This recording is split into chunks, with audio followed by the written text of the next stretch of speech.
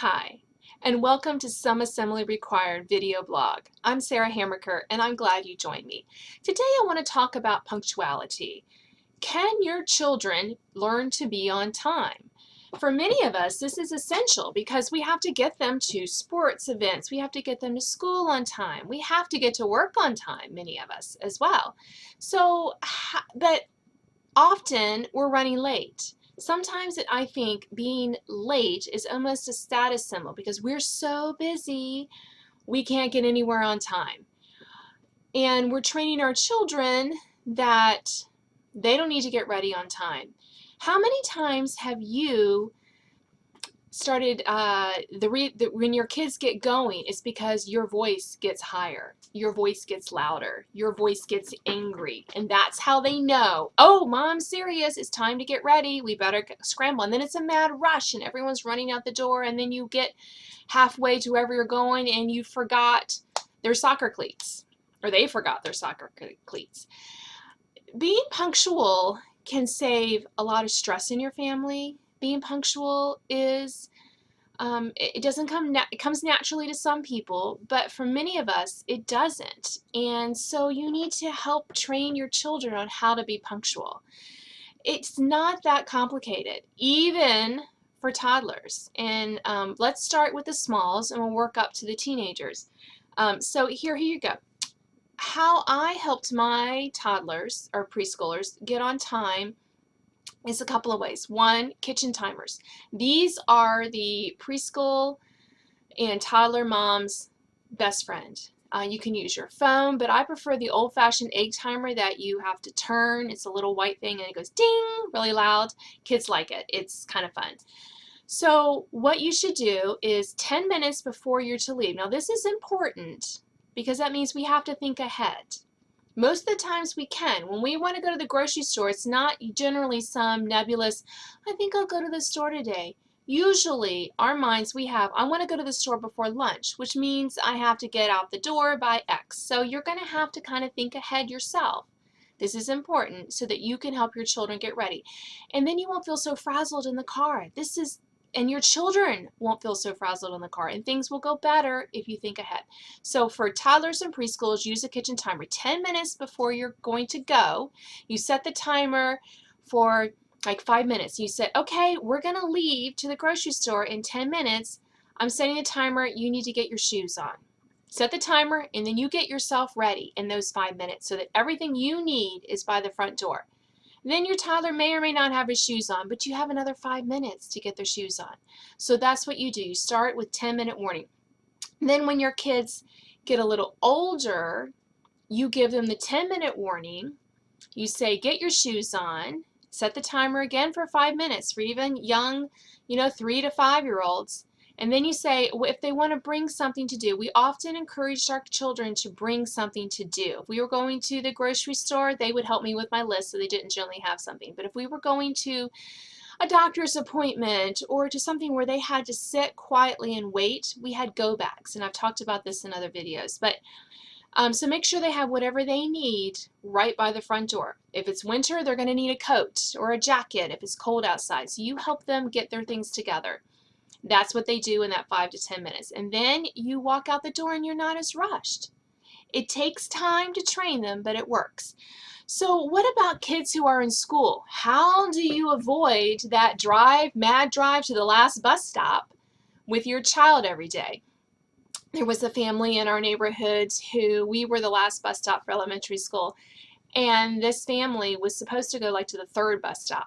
And they would twice a week drive down there with their kids because they couldn't get them to the bus stop. Now our bus stop picked up at 8:30, so it wasn't like it was a really early time so the kids were having trouble. They just couldn't get it together many times. And sometimes the dad would even drive down with a missing violin case or something like that.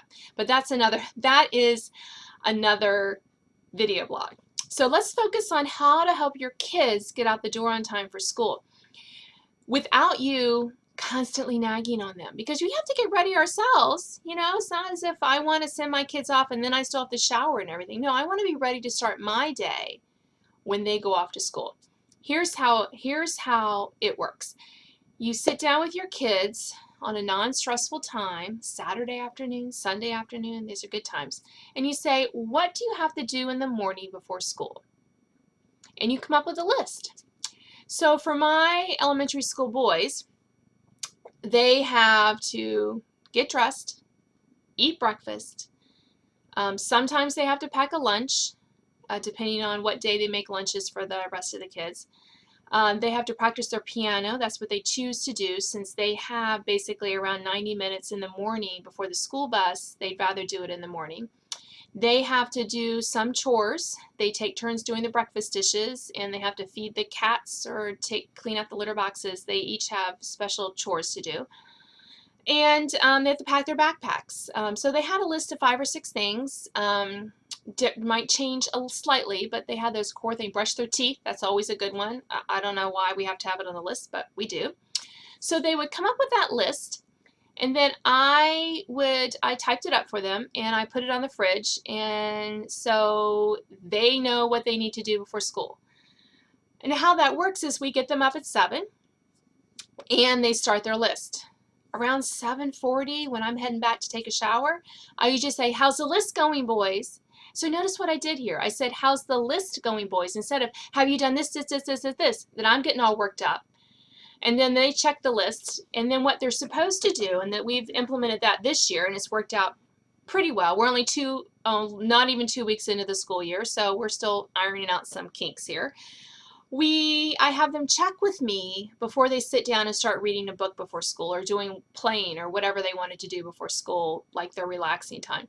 I said, come check with me, and you go over your list. So I say, okay, so tell me what you've done. And so they go through and tell me. Instead of me checking with them, they're checking with me. They're checking it off.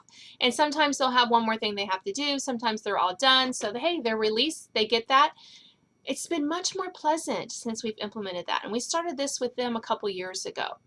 Now my girls, we did this with them when they were in elementary school, and now they get themselves ready for high school, and it's not a big rush out the door. They're able to relax and check their Instagram posts, before school. They're able to leave without being all uptight and in a rush.